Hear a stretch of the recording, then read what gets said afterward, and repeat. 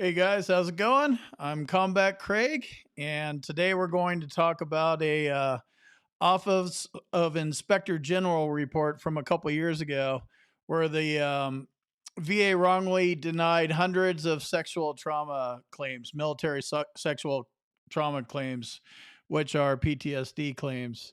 Got a new microphone. Hopefully, you can hear me okay. I've been testing it for a while. Anyway, moving along. So we're going to go over this report. I put a link to this report in the comments. So go check it out if you want to follow along. I'm going to be kind of talking and doing screen sharing. It's a long report. I'm just highlighting some things, and this is from 2017. Obviously, it's 2020, and there's a lot of things that I don't think the VA like got it. They don't get much. There's no accountability, so I don't think they changed a whole bunch of stuff. Like, oh yeah, we'll change it. Not so much. If you're new, type new in the comments, and hello, welcome to the Comeback Craig live stream. If you have a question, type the letter Q. That is my idea of a Q. I guess that's more of a C. I don't know. How do you make a Q? Type Q in front of it so I know it's a question for me, and I'll try to answer it. These live chats are getting pretty out of control, but I'll do my best. I have people in here helping moderate and answer questions, so keep asking. And why don't we start off with what years did you serve and what was your MOS? I will go ahead and kick it off. U.S. Air Force, Security Police. Ooh, I could just copy and paste it. So I was in the Air Force, Security Police from 88 to 91. And I'm trying to see if the super chat thing is working. And if you are not subscribed yet, click that subscribe button. I have this new animation, but I have to see somebody either subscribe or super chat to actually see if this thing's going to show up. It's kind of hit or miss. A lot of stuff going on with the live stream. So anyway, getting a little sidetracked. So what did the Office of Inspector General? What did they? Why did they do this review? So, according to the Department of Defense, more than 5,200 service members reported a sexual assault in fiscal year 2017. A couple years old, totally relevant now. For an incident that occurred during their military service, which is an increase of about 10% from the previous year. When we talk about PTSD claims, the common rating is 70%. More PTSD claims are, coming up, and it's the third highest claim. Military sexual trauma falls in here, and there's an increase, from 2016, 2017, because we're learning how to talk about it. Ooh, see, look at that! I got a little tank. Yeah, how do you like that little subscribe thing? That's funny. So we're learning how to talk about this stuff, and that's why PTSD claims are going up, I believe. The VA is aware that because of the nature of military sexual trauma stressors, it's often difficult for the victim to report or document the event when it occurs. That makes sense. Reasons for not reporting that are unique to the military. They're unique to the military, but they're unique to, human nature and any job. One of the reasons is a reluctance to submit a report when the perpetrator is a superior officer. So, this happens in the civilian world too. I don't know how much, but, it's your boss that attacked you. And then another one is concerns about negative implications for performance reports. If you do say something, am I going to start getting write-ups? Are they going to kick me out like they did to me? That's a real thing. Worries about punishment for collateral misconduct. And then the perception of an unresponsive military chain of command. So don't think anything's going to happen. you're going to have what is that word, retribution or whatever, they're going to retaliation. It's going to affect your career, and then you got to report on your boss. So those are the four main ones. So as a result, MST, which is a post-traumatic stress disorder claim, it's just difficult to talk about it and document it and all that kind of stuff. So in 2011, the Veterans Benefits Administration, they provided some guidance to ensure consistency, fairness, and they call it a liberal approach in this OIG report regarding the types of evidence that the VBA would accept to support and identify stressors related to MST. The OIG conducted this review to determine whether staff correctly processed veterans' MST claims in accordance with VBA policy prior to denying them. Fun fact, of course they didn't do it right. They just deny, because that's what the VA does. So basically, what they found, and I'm going to keep reading this, and then I'm going to hop into the screen share, so bear with me. Sorry to bore you to death. Based on the review, the OIG found nearly half of the denied MST claims were not properly processed. Shocker. This could have resulted in the denial, or it did result in the denial of benefits to potential MST victims. A lot of them. Once obtained, veteran service representatives must thoroughly review all the evidence to confirm the claim stressor in MST, military sexual trauma claim, is a PTSD claim, and all PTSD claims must have a stressor. So you need to have the stressor. And they need to review the stressors and identify behavioral markers for MST. A marker is an indicator of the effect or consequences of the personal trauma on the veteran. If you don't report it, but you go downhill quickly, which you will, you start getting write-ups anyway, but even though you don't report it, you start drinking too much and you get in fights or, whatever. So lots of reasons why these problems existed a couple of years ago. They still exist now, and I'm going to hop over into the screen share here. And where is my screen share? I'm gonna move my mic in front of my face, and we're gonna go through this thing. Uh, Before I do that too much, if you like this kind of content, you want more info about VA claims, don't forget to hit the subscribe button. Not sure what the deal is with YouTube, but if you don't click the notification bell and select all, you won't get notified. So support your support. I appreciate your support there. And then if you want to support me, there's a little join button underneath this video and on the channel. And I have this thing set up for $2.99 a month, and I call it Private First Class. Got about 31 members in there, and there's a couple people that have gone over 30 days, so they got a new Combat Craig avatar. So look for them. Appreciate any support or not is fine. So screen share time.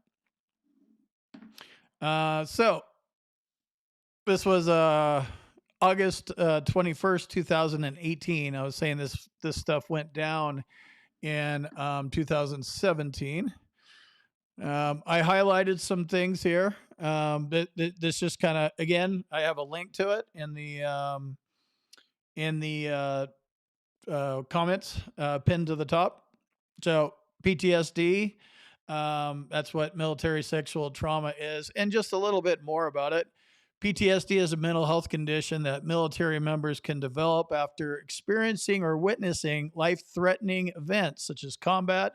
Combat PTSD is one kind, and it doesn't have to be combat PTSD. It could be natural disasters, car accidents, personal trauma, or other traumatic events, but you have to have a stressor. So military sexual trauma falls into this category. So here, I just kind of highlighted some of the things. So again, they didn't want anyone to know about the assault.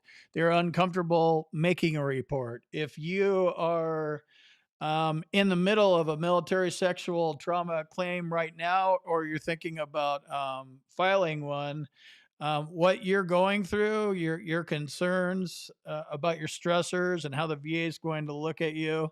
They're supposed to be looking at you more liberally because they understand this.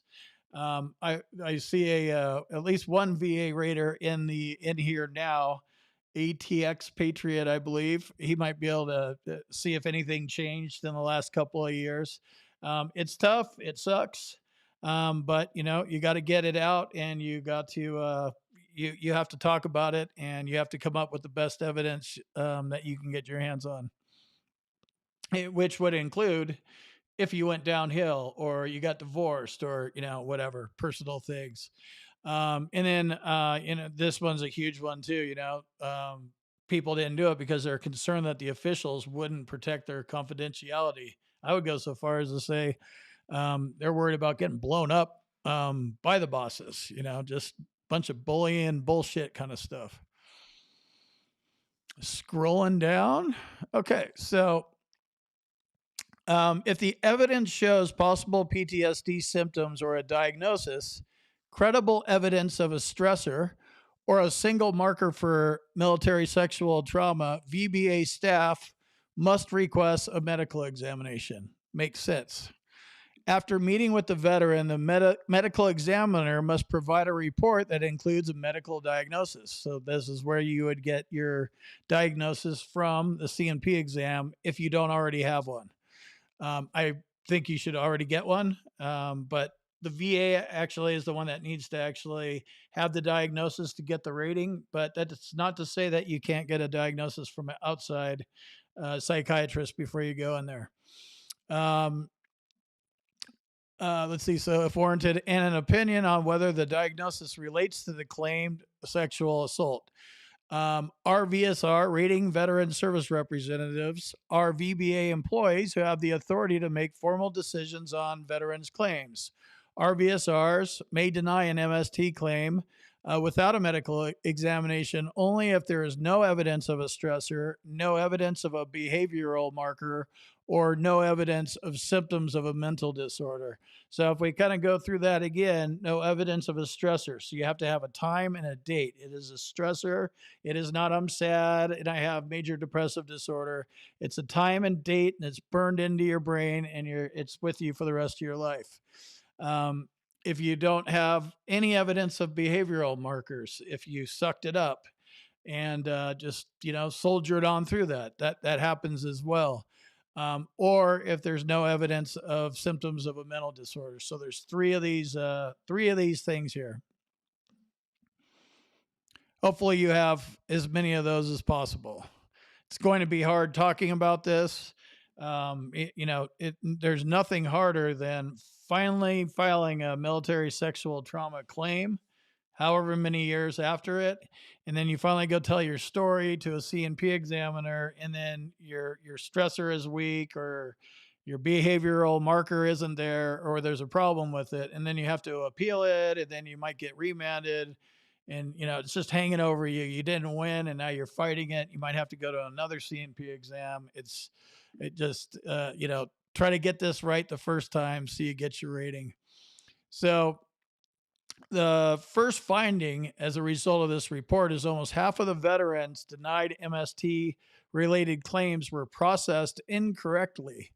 So the staff they processed 12,000 and denied 5,500, so 46%. There was a review team, OIG review team, assessed a sample of 169 denied MST claims from April to September, which was the review period. And let's see, about 1,300 of the 2,700 denials, VBA did not always fulfill its obligation to assist veterans in proving their MST claims, the marker, the stressor, the mental health problem. So this is a well-known thing. This has been going on. Again, I'm not a rater. I'm not a lawyer. I'm not a doctor, any of that kind of stuff. I know this is still going on. I mean, how many VA regional offices do we have? So another thing that they found was incorrectly processed MST related claim denials.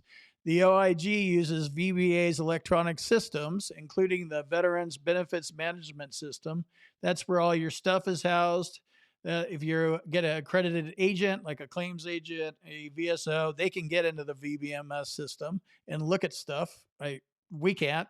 We could get our C file. I suggest you get a agent that's authorized to get in there, and they, reviewing the relevant documentation required to assess whether staff followed VBA's guidelines.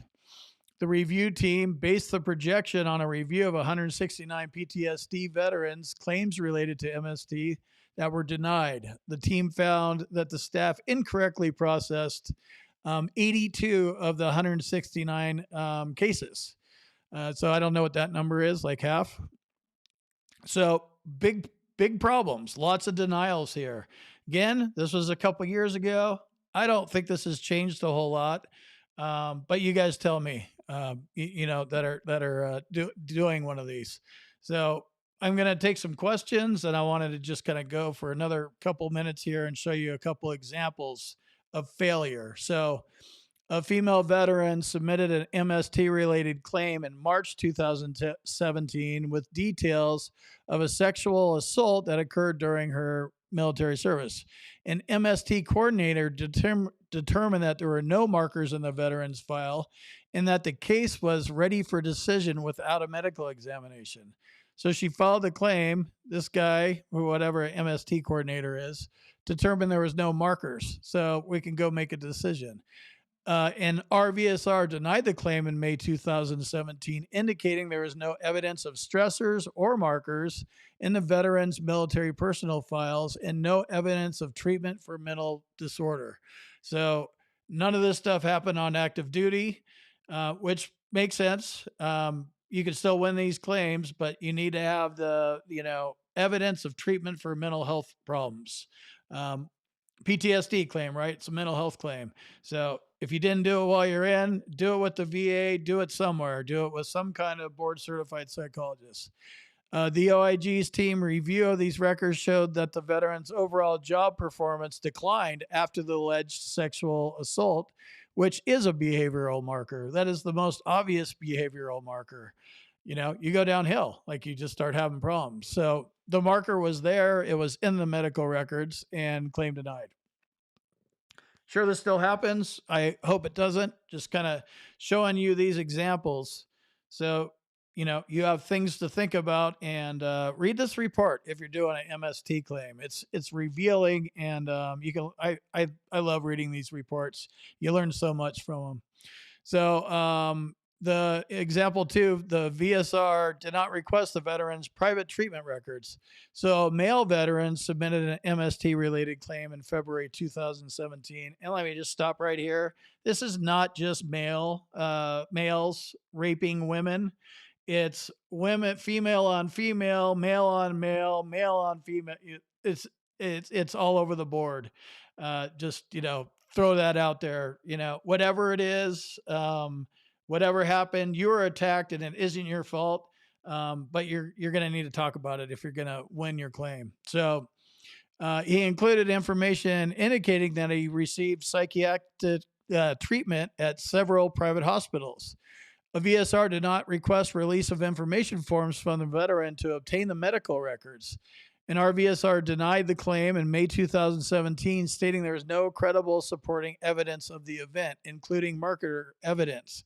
Had staff requested the medical release forms from the veteran and then requested the private treatment records before denying the claim, these records might have provided sufficient details and marker evidence to support granting the claim.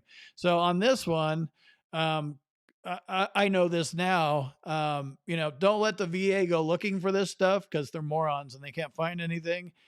He should have taken his private treatment records and uploaded them through My Healthy Vet or mailed them to the intake center in Janesville, Wisconsin, and got them in front of the VA.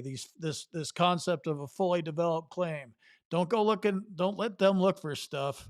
Just give it to them. Give exactly what they need. Personal statement, medical evidence, this cut, private records, service treatment records, VA records. So I'm going to go to full screen mode. Let's take a few comments here. Read the article. I'm actually going to let's see. I'm actually going through and finding more of these OIG report articles because just a lot of this stuff hasn't changed, and these OIG reports are really detailed. So I have about 5 or 6 more of these that I'm going to go through. So let's go over to the comments and toss a few up there. I'm going to start at the bottom. Keep asking. Got a bunch of people in here asking questions. I'm going to be looking for the word Q, and then I'm going to see if I can answer your question. So, yep, Lisa will help. She's on it. She's helpful. She's part of the team. Tom Marine vet, also part of the team. Dale is a veteran coach, and he knows what he's talking about. Yep. Email her or whatever. Drop the email in there or whatever you're going to do. Let's see if I got any questions. You guys are just kind of talking. Okay. So Mark got a 70% for military hazing. Yep. Comes in all forms.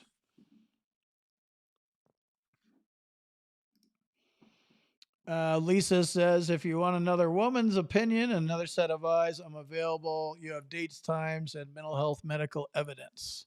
Yep, that's what that's what is required here. The more eyes that are on your claim and helping you assemble it, the better. If you actually just want somebody to do it for you, that's scary, but you need an accredited agent, a VSO or a claims agent or a lawyer. You can't have a lawyer when you file an initial claim, but get somebody that can, that's accredited, that can legally handle your information.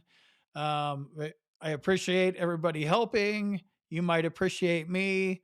I'm a guy in a cowboy hat that you don't know. Do not send me your first name, your last name, your social security number, your address. Do not do that on the internet.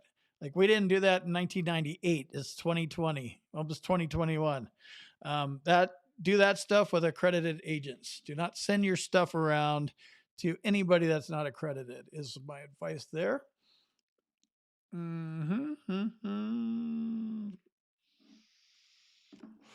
Let's see let me show you my behind the scenes mode. I keep forgetting this thing and leaving it on. So behind the scenes mode is we got 79 people watching, 41 thumbs up. Need more thumbs up. Please. The more we engage in the live chat and the more we thumbs up and comment and stuff like that, the more this live stream shoots into veterans that have subscribed to this channel or that might be interested in this type of content. So we launch it. That's how this thing grows.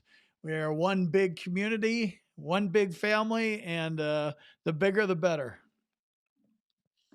And I'm not really, I'm doing what I'm doing, but I know I need help and I'm working on it.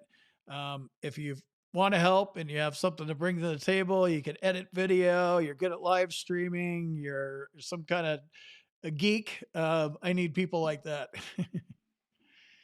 Okay. Hello, Diane. U.S. Air Force. Okie dokie. Get another Mountain Dew here. I guess my audio is working pretty good.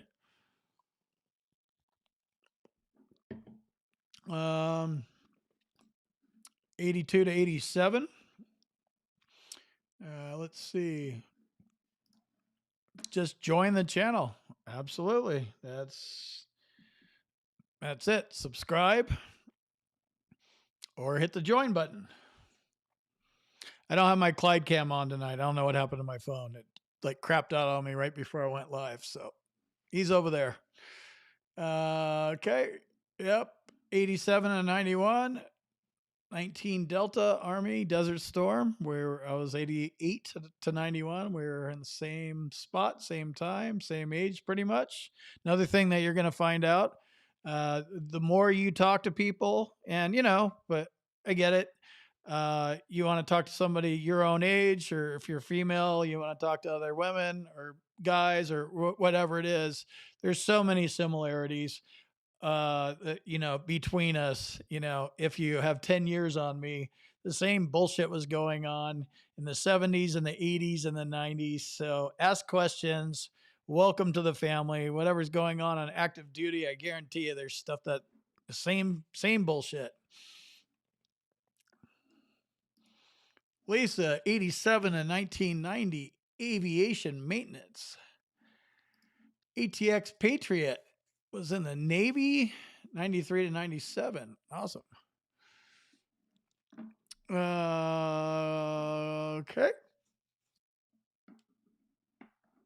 All right, now I'm going to go back all the way up to the top. Well, let me go back to the bottom of the comments here. Sorry. Let's see if I got any more. Don't have any actual questions. So John was 1117, Marine Corps. Insomnia is a symptom of PTSD. It is a symptom of sleep apnea. It is a symptom of mental health. It can be rated on its own, but usually it is a underlying contributing factor to like a major depressive disorder diagnosis or generalized anxiety disorder, something like that.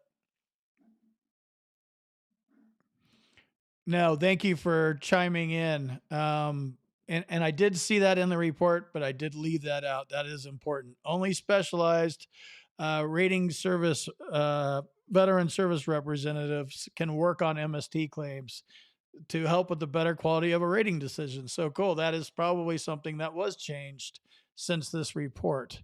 Although I think it probably was supposed to be happening before them.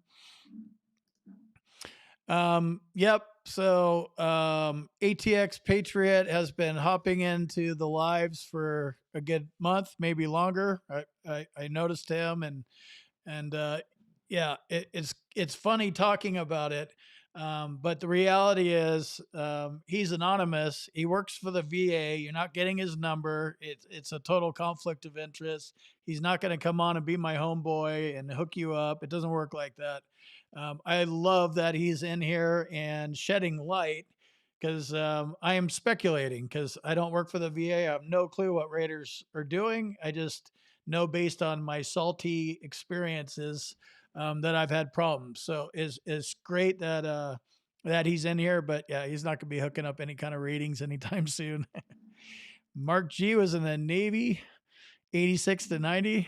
Yeah, man, they love you. And that's cool. And I love that you're in here. It's just, it just lends credibility that you're in here because I know this how this live chat goes. You're chiming in and making a correction or correcting the record, and I know you don't do it to me, and I know I beat up on Raiders a lot, but you're good, man. Totally love it.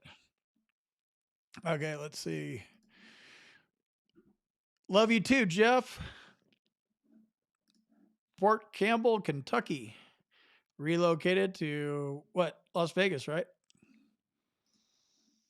Hmm. You have your first C&P exam this month. Perfect. Hopefully, you're watching some videos, reading what to expect. I mean, at the end of the day, whatever kind of exam it's for you file a claim, and they're going to check you out. So know what your disability is. And when I mean know what it is, like, what is the rating criteria? Go look at the law and see what the rating is. And, should you be at 30% for mental health, 10, 50? Understand what all the symptoms are. What symptoms do you have? Did you go to a private doctor or any doctor? And get any kind of diagnosis? Like, did a doctor say you have insomnia and hypervigilance and stuff? Learn as much as you possibly can, and that's the kind of prep that you walk into. And in contrast, I've been in a CNP exam and I had no clue it was a CNP exam. I thought it was a doctor's visit. So that happens too. So I've made every mistake in the book. Most of us have that are old dogs. Um, yeah, just knowing that it is a CNP exam and having doing any kind of prep, you'll be a lot farther along than I was. Insomnia secondary to PTSD considered pyramiding. Yeah, totally. It is a symptom of PTSD. So with the mental health claims, and I'll just throw mine out there. I have combat PTSD, major depressive disorder, generalized anxiety disorder, somatic symptom disorder, and episodic alcohol use disorder. So, like I have no clue where my anxiety starts and my depression ends, and I'm just crazy, and where my PTSD weaves into all of it. So a lot of these things, the insomnia, the anxiety, the panic attacks, the just not trusting anything, not wanting to be around people, wanting to hang out here in my basement and stay away from people.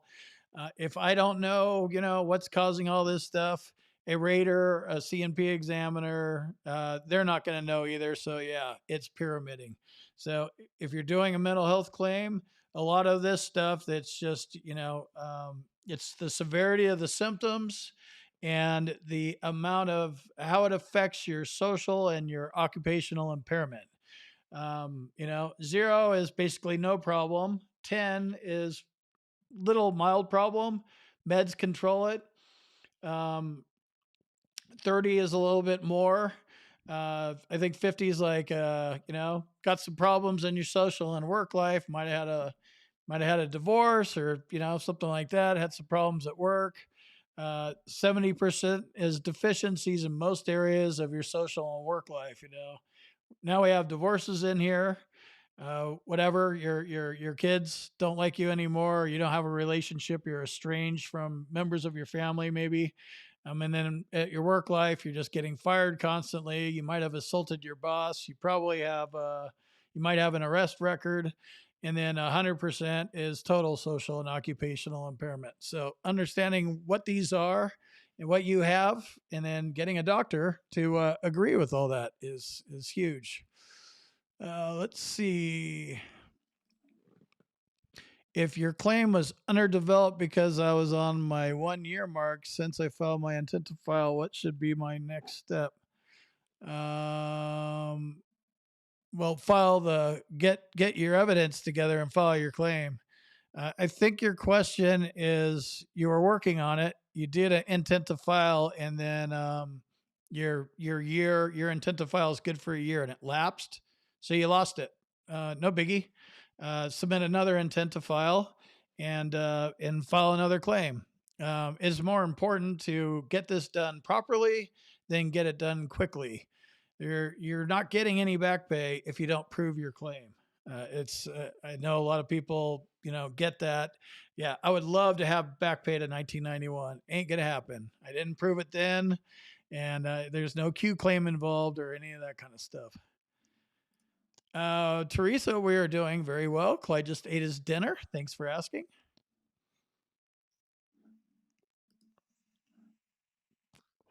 Awesome.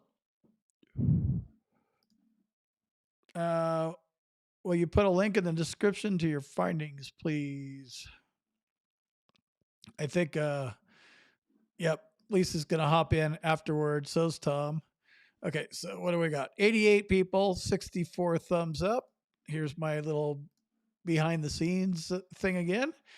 88 people, 84 people, just lost 4, 64 thumbs up. I went and just kind of rabbit hole. I don't have my cameras to show you.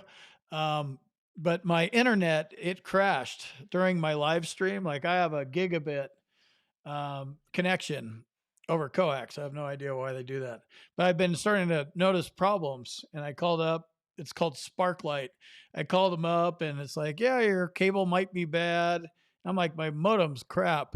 So I actually had it like running around my house through the laundry room. There was like a hole. So they're like, hey, we'll come out, we'll put a new router in and check everything out. So I went this morning and got a jackhammer chisel drill, rented it, and just punched this hole. My concrete's probably like that big. I had a gigantic bit. It's just funny. You just lean into it, and it just like 12 minutes, and I was through all that concrete. So now I have coax coming out of my basement. It's awesome. Unrelated. So I should be live streaming and fast, and my problems should be solved. New modem. Okay, going back down. Let's see what we got. Um, blah, blah, blah, blah, blah. Oh, you're trying to get to Oregon, huh? Yep. California, just a heads up, California to Oregon is a it's a vertical move. You want to go east and north. Idaho, Montana, Wyoming. But I get it. Oregon's a cool state. Just whatever. I lived in California for a long time. Once you clear the coast, you got to get out of Oregon and Washington. I get it. There's good parts of all three states, but I hopped one state over. Totally different ball game over here. Mm, yeah. If you get nervous when you're in front of the dock, make notes to take with you. Um, I have short term, long term, like no memory, so it's totally fine. It's not like you're coming in with with notes full of bullshit and lies. Like I don't remember this stuff. I'm super stressed out. I'm talking about my MST claim. A doctor will totally understand that you brought some notes. Now I wouldn't bring in a 20-page essay because that's not even going to come out right. But make some bullet points. You can elaborate and stuff, but you can absolutely bring in notes to your CNP exam. Write your questions down. Write your notes. It's you're going to need to make your points. That's it. You don't want to miss stuff. Let's see, Jason. Oops. Okay, so when is it too late to provide supporting evidence to a claim? I'm 90% combined, 92. So you've got the actual math, and have just completed a CNP for different items. I have other evidence I forgot to add when submitted. So it's too late now. And I get it. It sucks. You're going to have to see what the decision is, and then if you still need to, see where it is, there might be a duty to assist error and do a higher level review. But your opportunity will come with the supplemental claim. Um, you want to have all this stuff before you file your claim. And if you have all your ducks in a row and you've thought about it and you finally hit that, you have your intent to file and you hit submit claim and you're like, oh shit, I forgot something. Like you could chuck that in there in the first week or two. But yeah, after you're a month in, you're done. You can't add stuff after CNP exams and the ball's rolling. So you're going to just screw things up. So that's my 2 cents. I'm sure people have done it, but it's just your claims rolling, and it's like, oh wow, now he's adding more evidence. I don't know what happens. I just let it roll, let the decision chips fall where they may, and that's what the supplemental and higher level reviews are for, or going to the BBA. What is the point of a fully developed claim, but they still give you a CNP exam when you submitted a diagnosis, DBQ, and nexus letter, and statement of support? So if that's what a fully developed claim is. You submit all that stuff, the VA gets all your info, and then they send you to it. You gave them your story, right? This is your story, your DBQ, your nexus letter, your diagnosis. The CNP exam is for them to verify your story with their doctors. So it doesn't happen all the time, but it's very common, and that's all that's going on. You submitted your story, now they're getting their story.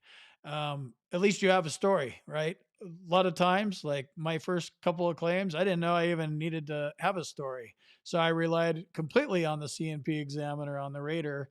And what a shocker, lowballed and denied, not service connected.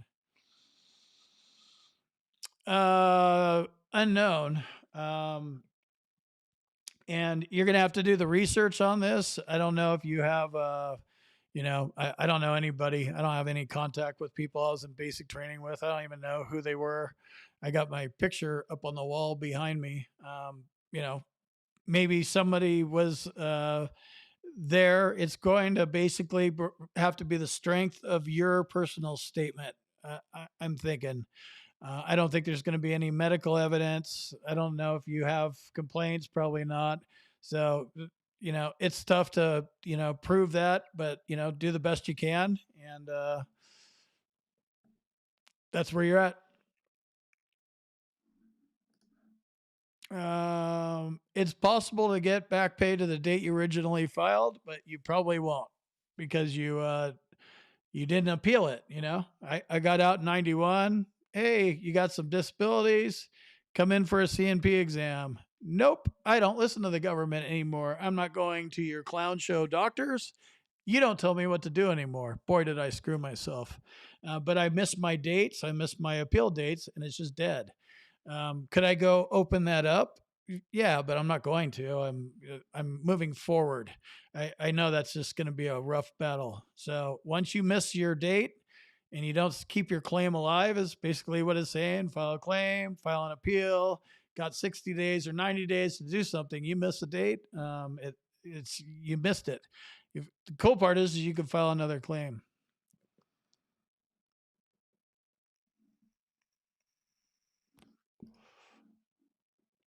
Cleared. Okay. Okay, cool. I answered your question. Awesome. Perfect. Yeah, I'm just kind of hopping in the middle of these things. Hopefully, yeah, that's what we're trying to do. Okay. Yes, you absolutely can be reduced if you're 100% permanent and total. If you go file a claim for special monthly compensation, or for some stupid reason you're 100% permanent and total, but your butt hurt because you never got service connected for migraines, and you file a claim for migraines, when you file a new claim, you open up your entire claim. So that is one way that you could get reduced, and the other one is if fraud is proven. Other than that, don't file a claim, and they won't mess with you. You're permanent and total. Your disabilities are static. They're never going to get better. You're never going to get better.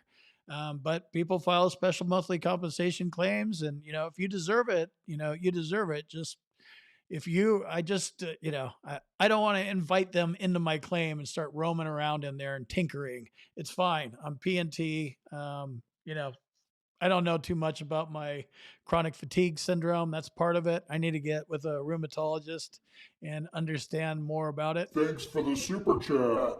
Wow, look at that. Got the super chat thing going. Uh-oh.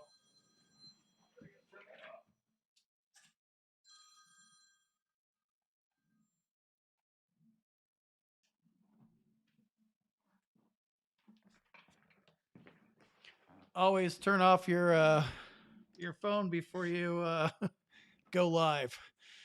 At least I'm not freaking out. Okay, so that was the P&T thing. Hopefully, I cleared that up for you. If anybody has anything to add to it, those are the ways that I know you can get reduced if you're P&T. Let's see. Those PTSD, MST claims that were improperly denied, will those vets receive retroactive pay? Unknown what's going to happen, but I would say if an Office of Inspector General report and these reviewers found these things, I'm sure. I don't know. I don't want to assume that the VA is going to do anything. I'm sure they probably notified them. They have their names. I mean, that's a Q claim for sure. So unknown. I sure hope so. I sure hope hey, you got screwed over here. Just a heads up. File a Q claim, or they just, award it. I'm sure they probably have to be doing that kind of stuff.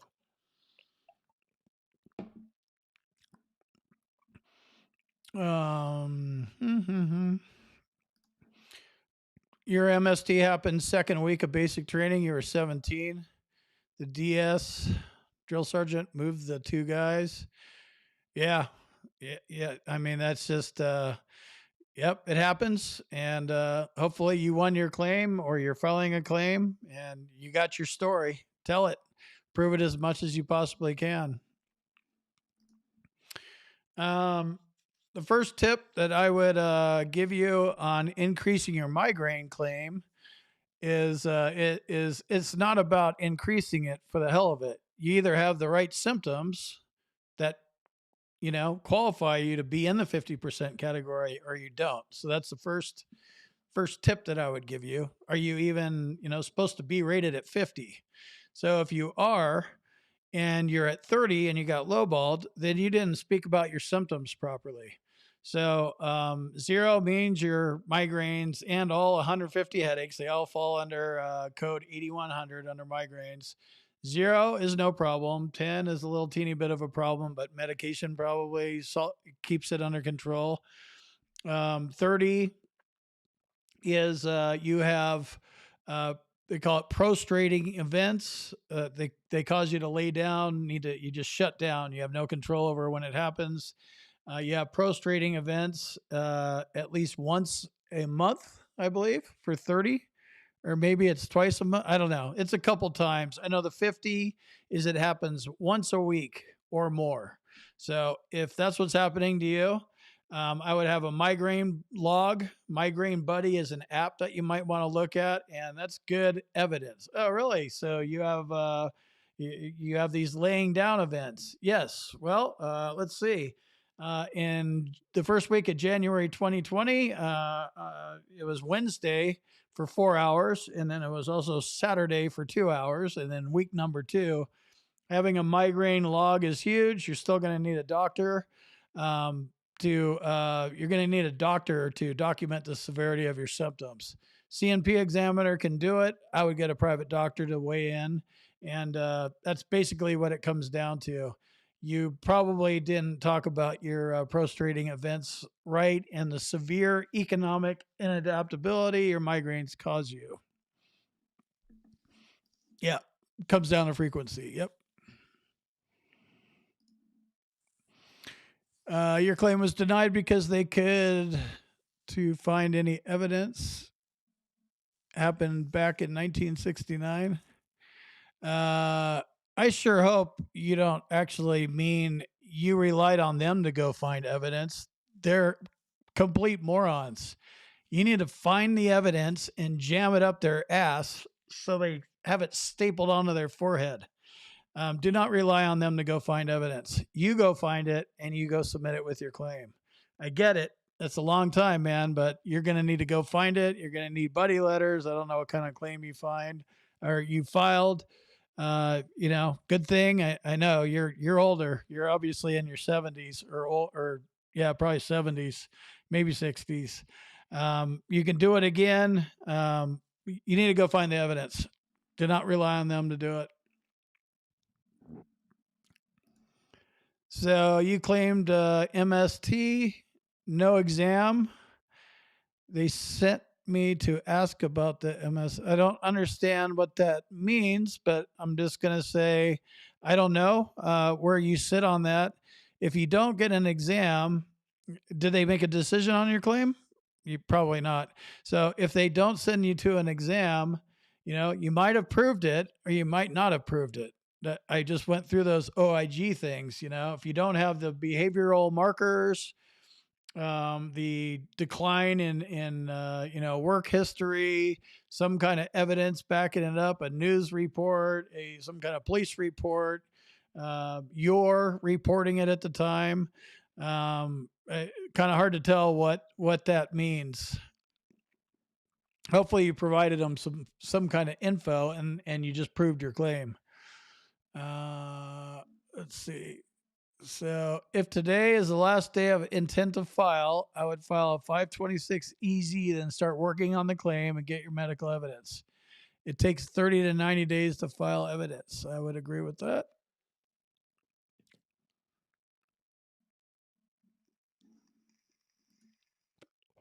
Yep, this is straight from a rater. This is in regards to the 30%, 50% migraines thing.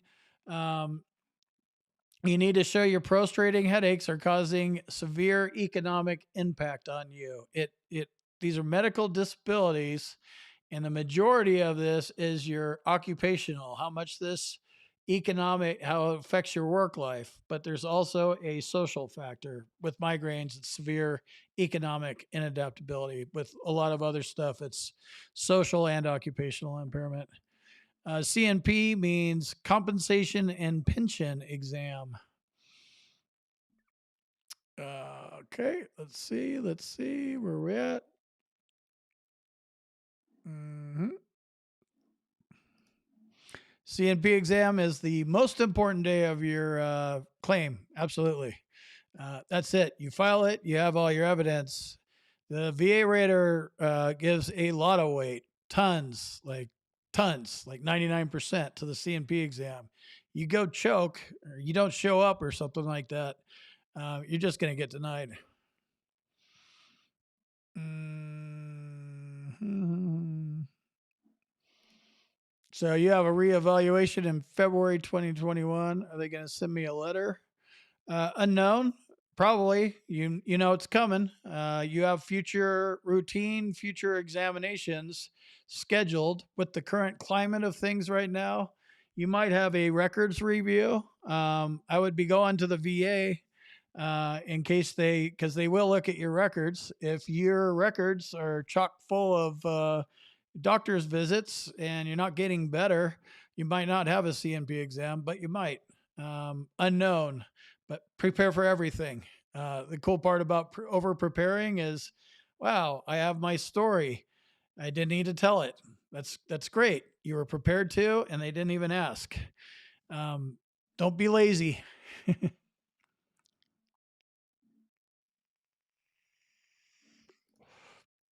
Yeah, that's a good point, Lisa. Was it sexual in nature? Yeah, there's a lot of hazing going on in basic training. I mean, that's what boot camp and basic training is.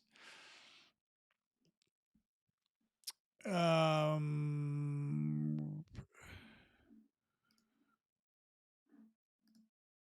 Continuously prosecuting your claim. Gotcha. Army George. Thanks for the super I saw the chat. super chat come up, but thanks. Can you do a session on audit? What kind of audit? Tell me more. I'm not tracking you, man. Okay, let's see. You're awesome, man. So if TDIU, don't mess with it then. So TDIU, you're 70% or something, right? You prove that you can't work. So you're 70%, but you're getting paid at the 100% rate, and they gave you permanent total. You're never going to be able to work again. So this is another perfect example. A lot of people are like, well, I have to fill out that stupid form every year, and I can't work. You know, if you want to go try to get scheduler PNT, you can, but you're already 100% PNT the TDIU route. I would think long and hard before you go opening up your claim, especially if you're on TDIU. It's just an invitation to just drop you back down to 70. It's just, to me, it's not worth it. But, you know, if you got all the evidence and you're hell bent on it, do it. Go win it. Get the compensation you deserve. Just know risk reward. Understand what that is. Okay. Yeah. My Glide cam's like not working at all. You're welcome. Age is a factor. Absolutely. 55 is a kind of it's a marker. I think that's why I was 100% permanent in total. When you're talking about these, you know, reevaluations every 5 years, I was 50, but I proved my claim, and I've been like this for 30 years. I was just missing the diagnosis. But yeah, as you creep up closer to 55, yeah, you know, you might get permanent and total. I don't know. You know, the Raiders come up with the permanent and total stuff. I got it. I'm sure it was my symptoms and all my stuff and all my social and occupational impairment. And I'm sure it didn't hurt that I'm a couple years away from 55, right?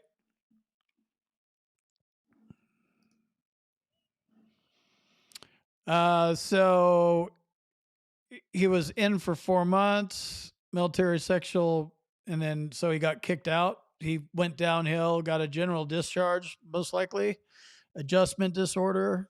Probably wasn't talking about it. He just didn't know how to talk about it and got kicked out. Um, Help him, but just understand that you can clearly see because you're 100% PNT and you know what that's like, and it's making your life a little easier, and it'll make his life a lot easier. But until he's got to step up and file a claim and win it. So until he's actually ready to do that, I wouldn't push on him too hard. Plant the seed, but if if he doesn't want to tear that scab off, he's going to have to wait until he's ready to do that. Plant the seed. Don't be annoying about it.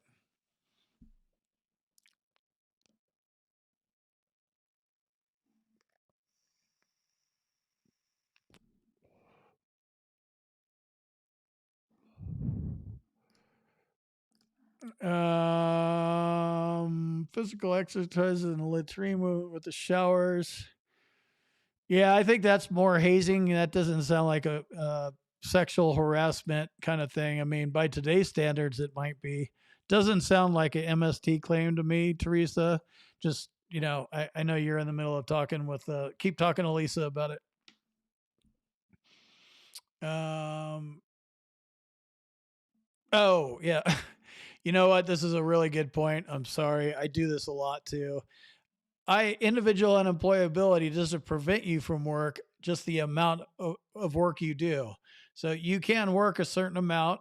It's like 13 grand a year. You can make like 13 grand a year. So you could have your McDonald's job or something like that. Or you could work in a protected or sheltered environment and make 150 grand a year. It's just, you need to understand what these things are, what sheltered environment is, what protective environment is, what the poverty limit is, and you want to make sure if you're going to go work, you're in there and you're protected. Rick became I don't have I don't have a thing. I don't know what this is saying. I need to go fix it. At least part of my alerts are working. Okay. Let's see. Okay. Uh, an audit on your disability finances. No. I don't know. Oh, so you have a problem with the way they paid you or something? So you didn't get paid properly and you're challenging effective dates or something like that. So they're auditing it. I don't know. What up, Dan the man?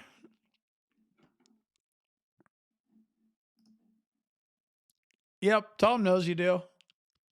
Tom doesn't care that you rate claims for a living. He marches to the beat of his own crazy drum.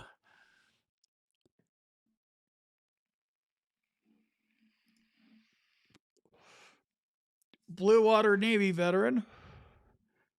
Can I do a non combat PTSD due to extreme racism while serving in Camp Lejeune?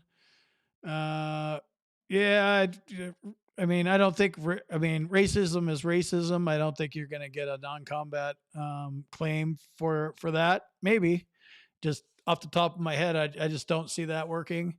But the contaminated water, if you're there, what is it from like 57 to 87? If you were there for 30 days, file a claim, but you need symptoms. What did that water cause? Do you have diabetes, heart problems, whatever all those things are?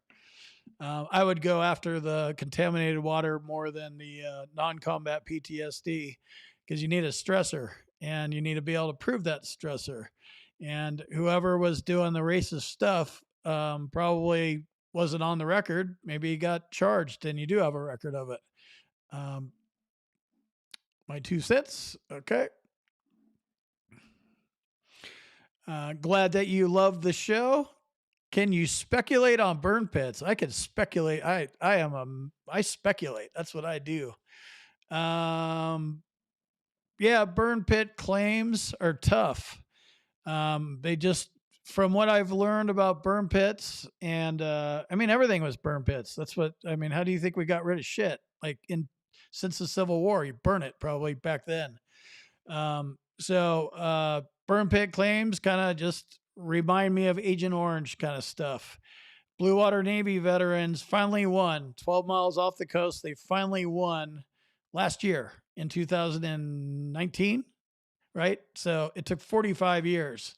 I don't think it's, I think it's the burn pit stuff has moved faster, but my speculation is I would probably not be looking at presumptive conditions that may or may not be there and go look for conditions that you can prove. Do you have IBS? Do you have fibromyalgia? Can you get a diagnosis for that stuff? I would go that route, but there could be some presumptive stuff in there, and you might get it when you file your claim. But I wouldn't. I don't think I would focus on it yet. That's my speculation. Uh, Award citations were good evidence for you in describing the severity of combat I endured in Afghanistan. So, and with this one, with now we're off of military sexual trauma, which falls under non-combat PTSD claims. With combat PTSD claims, it's different. You need a stressor. You don't need multiple stressors. You need one stressor. Did you fear for your life? That's it. Of course you did. You were in combat. Doesn't matter where you were at. If you were in a combat zone and you feared for your life, that is strong enough to file a combat PTSD claim. That is enough to do the stressor. You're going to still need a diagnosis. And if you're like, just, if you don't have symptoms, that's not strong. You need to have problems, right? You need to have social problems, divorces, arrest record, all that kind of stuff. But yeah, award citations are good evidence. But it's with the severity of the combat, it's not really severity of the combat. And it's important to know you don't need to be a tunnel rat. You need to be in a combat zone. You need the citation, and you need to fear for your life. I was in the Air Force, so I'm not a tough guy Marine. So I got scared easier than you. They do not hold that against me, and they won't hold it against you. Okay. Yep. Lisa's on a good one. She's tearing the comments up. And if you're watching the replay, watch the live chat. It is on fire. Look at our look at live demo mode. 81 people, 82 people watching currently, 80 thumbs up. Awesome. Been on for an hour. I'm getting ready to roll off here. This has been a good one. Download the OIG report. I totally understand that it's a little old, but there's very relevant info. There's precedent setting stuff in there. Like stuff in that report is either happening today or supposed to be happening today. Oh, we're not even ready to talk about Christmas, but I have my tree. I should start doing live chats in front of my tree and with my Santa outfit on here pretty soon. But yes, we will be seeing each other quite a bit. What's up, Walt?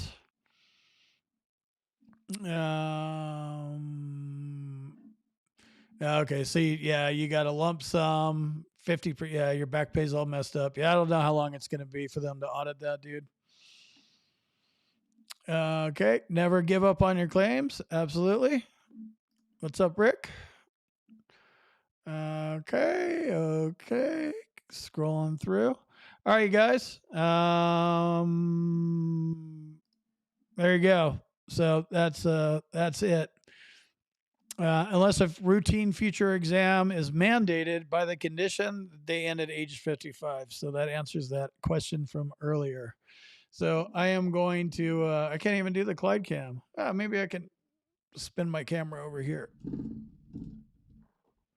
Let's see if I can put the Clyde cam on. Hey, boy. There he is.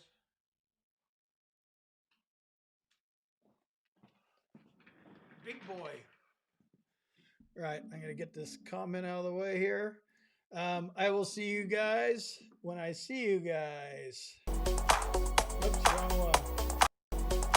And I won't be right back.